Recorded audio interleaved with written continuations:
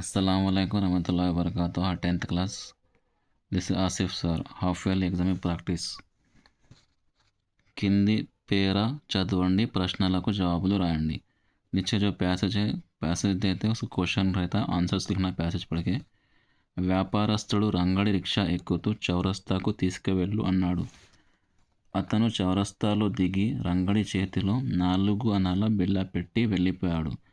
రంగడు ఇంటికి చేరుకొని రిక్షా మూలకు చేరుస్తుండగా రిక్షాలోంచి ఒక బరువు గల సంచి కింద పడింది. మినుగు మినుగుమంటున్న దీపాన్ని పెద్దది చేసి సంచిని చేతిలో పట్టుకొని లోనికెళ్ళి తెరిచి చూశాడు. సంచి నిండా ముత్యాలున్నాయి. చౌరస్తాలో రిక్షా దిగి వెళ్ళిన వ్యక్తి ముత్యాల వర్తకుడని, అతడే సంచి మరిచిపోయి ఉంటాడని రంగడు నిశ్చయించుకున్నాడు. ये जो पैसेज पढ़ के समझ के क्वेश्चन रहता है उसके नीचे आंसर लिखना है आपने. ప్రశ్నలు జవాబులు. క్వశ్చన్ और ఆన్సర్స్. రంగడి రిక్షా ఎవరు ఎక్కాడు? రంగడి రిక్షా ఎవరు ఎక్కారు? వ్యాపారస్తుడు. రంగడి కా రిక్షా కౌన్ చడే? వ్యాపారస్తుడు, బిజినెస్ మ్యాన్. రిక్షాలోంచి ఏమి పడింది? రిక్షా में से क्या गिरा? ఒక బరువు గల సంచి. एक वजन वाला బ్యాగ్.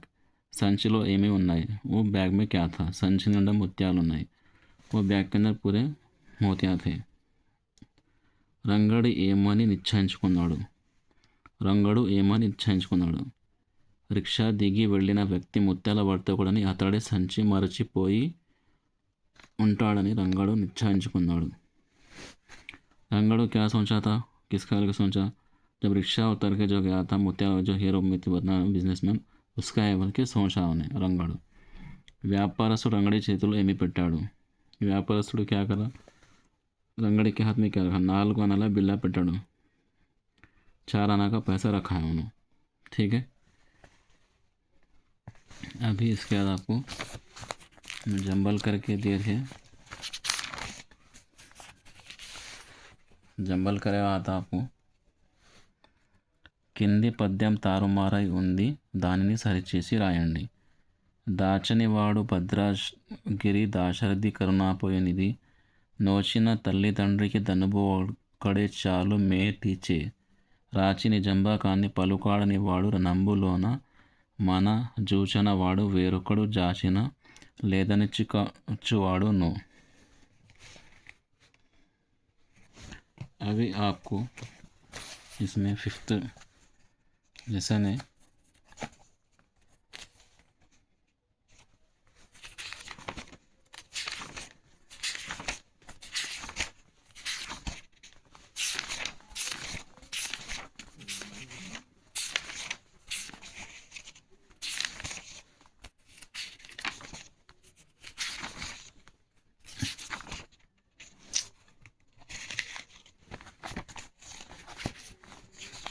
पेज नंबर कहाँ है?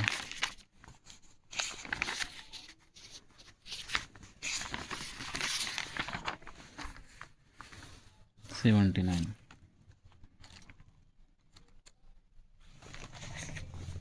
नीति पद्याలు जंबल करके दिए सो. यहाँ पे अभी आपको నోచిన తల్లిదండ్రికి దనుబు ఒక్కడే చాలు మేటిచే, జూచని వాడు వేరొక్కడు జాచని లేదనికిచ్చువాడు नो, రాచి నిజంబకాన్ని పలుకాడని వాడు రణంబులోన मेन, दाचने वाड़ू भद्रगिरी दाशरथी करुणापोयनिधि. ऐसा आपको लिखने का रहता. फिर उसके बाद और एक पैसे रहेगा सेम.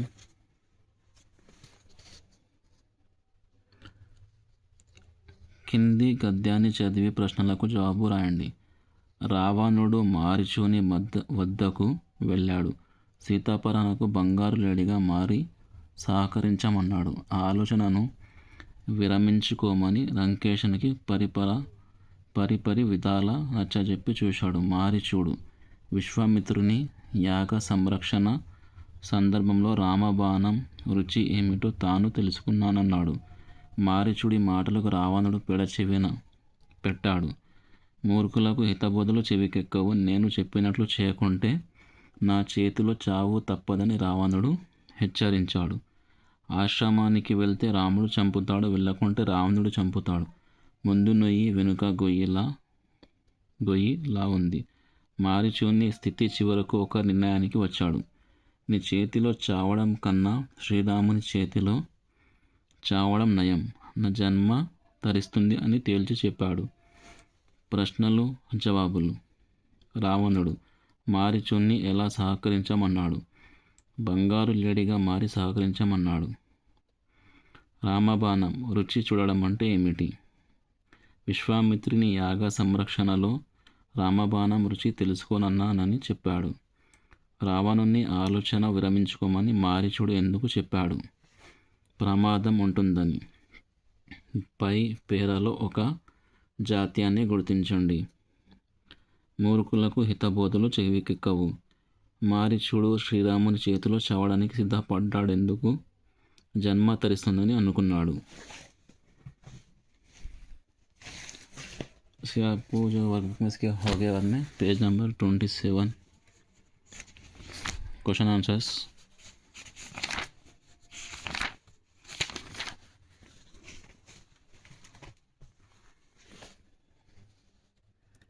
తేలు గురించి వచ్చే పోయే వారికి వడ్డించే బొమ్మ అని ఎందుకన్నారు?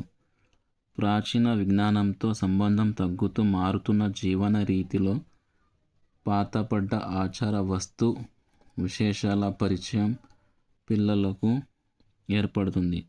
కాబోయే రేపటి పౌరులు మన తెలుగుతనాన్ని మరచిపోకుండా చురుకుదనంతో ఉంటాడని ఆశించి గోడ మీద బొమ్మ పొడుపు కథమాల అని రచయిత చెప్పింది. పేజ్ నెంబర్ 7 में वर्कबुक पेज नंबर 7.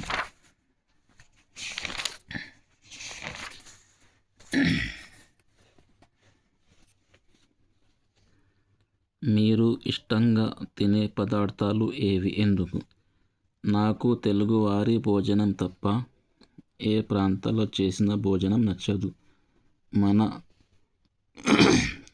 తెలుగువారు చేసే మామిడికాయతో మేళవించిన పప్పు, అందులో నెయ్యి, ఊరబెట్టిన మిరపకాయలను నంజుకు తింటుంటే ఆ రుచి గొప్పగా ఉంటుంది.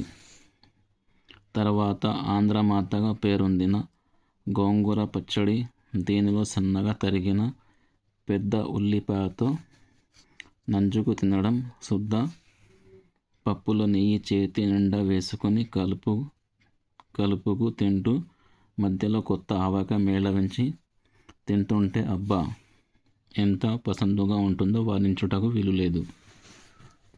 इसके आपको पेज नंबर 42.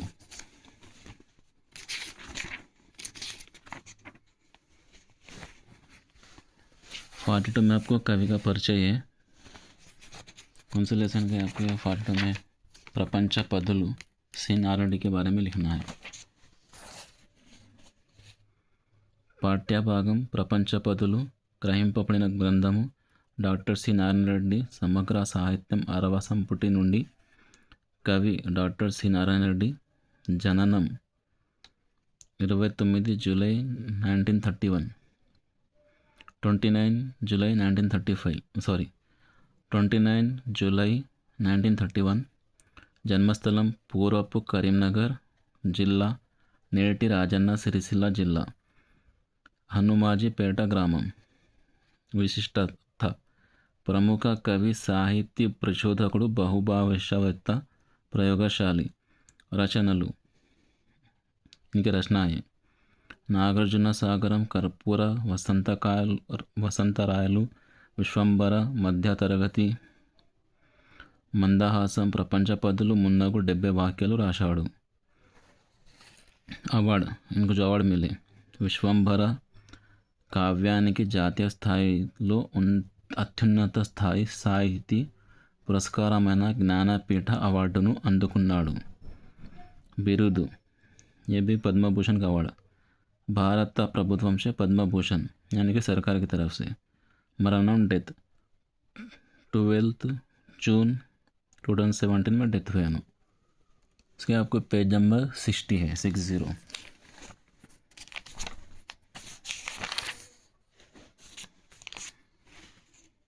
ये आपको रिवीजन याद करने के लिए मैं लिख के बता रहा हूँ, पढ़ के बता रहा हूँ. భాగ్యారెడ్డి వర్మను తిరుగులేని నాయకుడిగా చేసిన అంశాలు ఏమిటి? హిందూ మతం. హిందువులు తమ చరిత్రను లిఖితబద్ధం చేయాలనుకుంటే సంస్కృతగా భాగ్యారెడ్డి వర్మ పేరును మొదటి స్థానంలో ఉంటుంది. అణగారిన వర్గాల వికాసానికి ఆయన తమ సమస్తాన్ని అర్పించాడు. తన తెలివితేటలు అందుకోసమే వెచ్చించాడు. ఏమీ ఆశించకుండా తమ కోసం ఇప్పటికీ పనిచేసే ఆయనను చూసి అంటరాని వర్గాలన్నీ ఆయనను తిరుగులేని నాయకునిగా ఒప్పుకున్నాయి. చిత్తశుద్ధి, నిజాయితీతో, పట్టుదలతో పనిచేసే వర్మ ఆచిక్ రకంలోనే వారి నమ్మకాన్ని చూరగనగలిగాడు. इसके आपको पेज नंबर 111.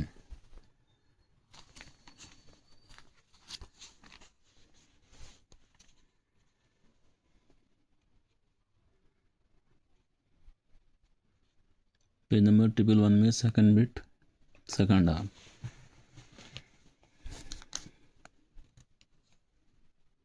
111 पेज नंबर 111 है.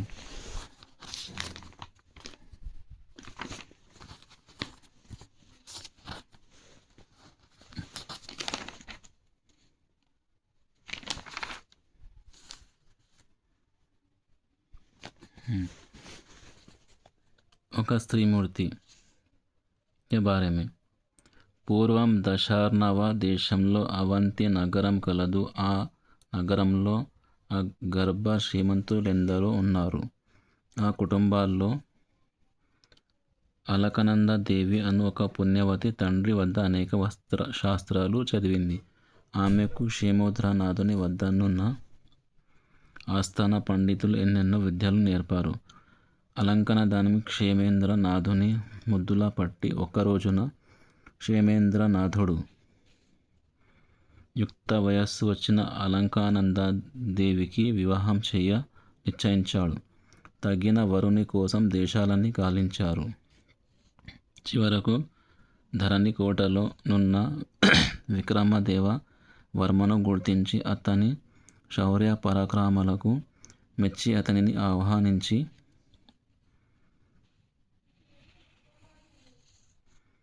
దశార్జన దేశాధిపతి అయిన క్షేమేంద్రనాథుడు తన కూతురైన అలకనందాన్ని నిచ్చి వివాహం చేశాడు.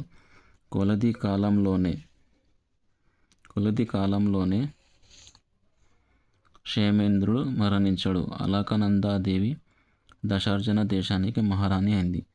కన్న తల్లి వలె ప్రజలను బిడ్డలుగా చూస్తుంది. రాజ్యంలో ఎటువంటి అల్లకల్లోలు లేకుండా అపరాజితాదేవిలా రక్షిస్తుంది.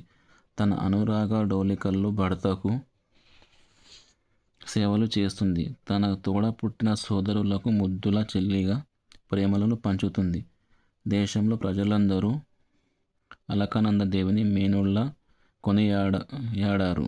ఒక స్త్రీమూర్తిగా అన్ని విధాలా తన బాధ్యతను నిర్వహించింది. Page number 124.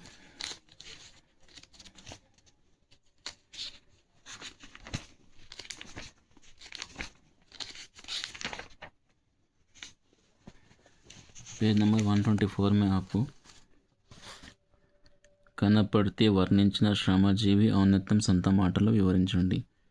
కనపర్తి వర్ణించిన శ్రమజీవి ఝాన్సీ లక్ష్మి కాదు, రుద్రమదేవి అంతకంటే కాదు, సమాజం గుర్తుంచుకునే నాయకురాలు కాదు, ఒక సామాన్య జీవి. ప్రతిరోజు సూర్యోదయానికి ముందే నిద్ర లేచి చీపురు ఒక బుట్ట తీసుకొని వీధుల్లోకి వస్తుంది. ఆ వీధులన్నీ పరిశుభ్రంగా చిమ్ముతుంది. చెత్తనంతా పోగు చేసి బుట్టల్లోకి ఎత్తుకొని ఊరి చివర గుట్టగా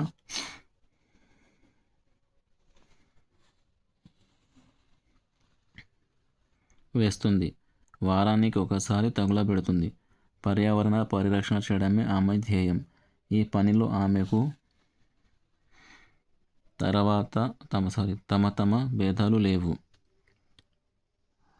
తమ భేదాలు లేవు. తాను చేస్తున్న విద్యుక్త ధర్మ నిర్వహణలో ఎప్పుడు మునిగి తేలుతుంది. ఎప్పుడైనా ఒకరోజు రాకపోతే ఆ విధులన్నీ కళావిహీనంగా చెత్త చెదారంతో నిండి ఉంటాయి. అప్పుడు ఎందుకు రాలేదోనని ఎవరు విచారించరు. ఆమె కష్టసుఖాలను గురించి ఎవరు విచారించరు. సమాజన సేవతో తరిస్తున్న ఆమె ఔన్నత్యానికి వందనం ఆచరిస్తున్న రచయిత చెప్పుకున్నాడు. Page number 114.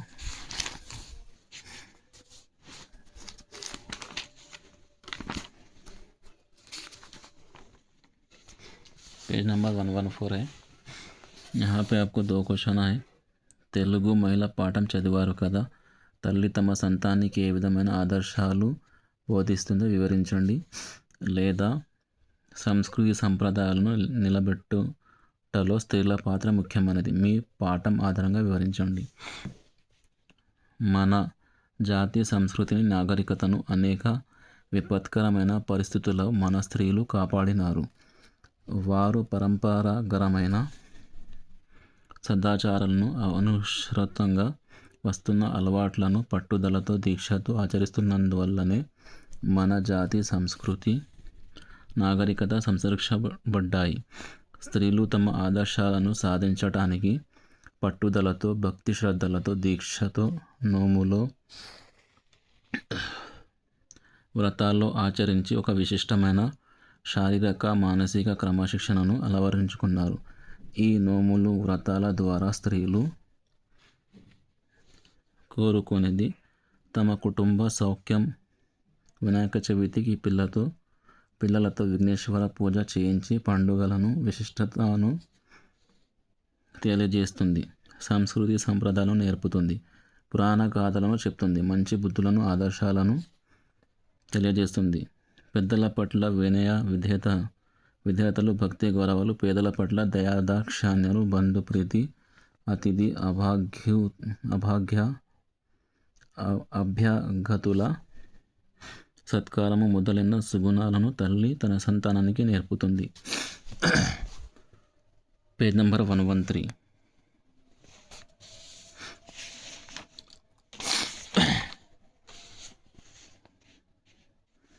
पेज नंबर 113 में यहाँ पे ये సర్వే జన సుఖినో భవంతు అని రచయిత ఎందుకు చెప్పింది.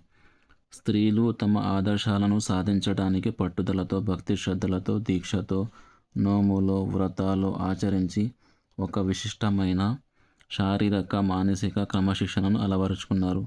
నోములు, వ్రతాలు స్త్రీల జీవితంలో పరమ పవిత్రమైన కార్యాలు.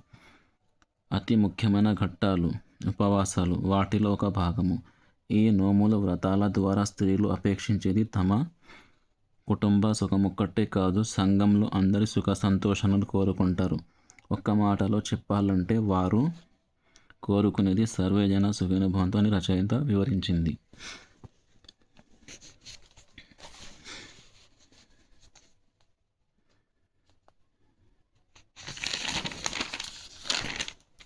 फिर आपको पेज नंबर 143.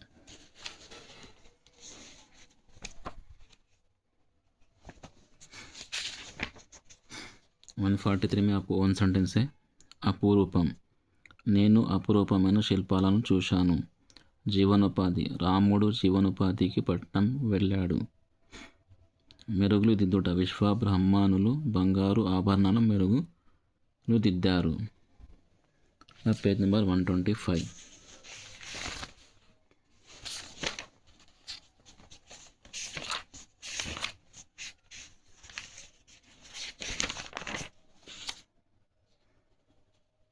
Page number 125. यहाँ पे సొంత వాక్యాలు, వన్ సెంటెన్స్. దర్శనం. తిరుచానూరులో అమ్మవారి దర్శనం నాకు కలిగింది. నేలతల్లిని నమ్ముకున్న వాడికి ఎటువంటి బాధలుండవు. అంకితం. పోతన తన భాగవతాన్ని రామునికి అంకితం ఇచ్చాడు. నల్లమొహం. పాఠం చెప్పలేదని క్లాసులో మాస్టరు కేకలిస్తే రాము నల్లమొహం వేశాడు. पेज नंबर आपको 98 है.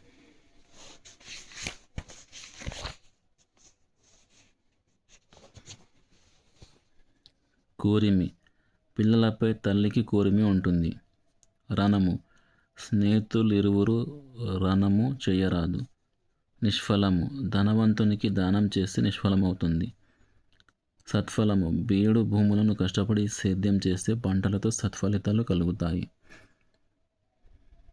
उसके आपको पेज नंबर 212 लास्ट में. ప్రకృతి వికృతి, అక్షరం, అక్కరం, ఆధారం, ఆధారవు, ఆశ, ఆశ, కథ, కథ, కష్టం, కస్తి, కార్యం, కర్జం, కుమారుడు, కుమరుడు,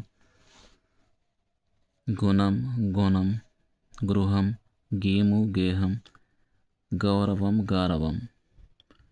పేజ్ నెంబర్ 167.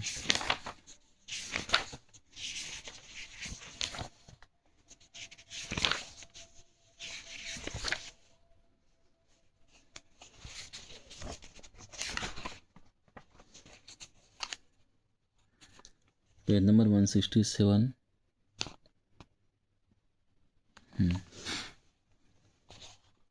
రామ ప్లస్ అనుజుడు, రామానుజుడు. రామ ప్లస్ ఆలయం, రామాలయం. కవి ప్లస్ ఇంద్రుడు, కవీంద్రుడు. భాను ప్లస్ ఉదయం, భానోదయం. వధు ప్లస్ ఉపేతుడు, వధూపేతుడు.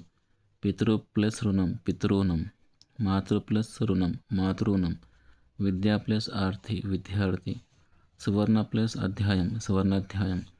करा प्लस आग्रम, कराग्रम. ये आपको हाफ रिविजन था, प्रैक्टिस कीजिए. अल्लाह हाफिज़. अस्सलाम वालेकुम रहमतुल्लाह.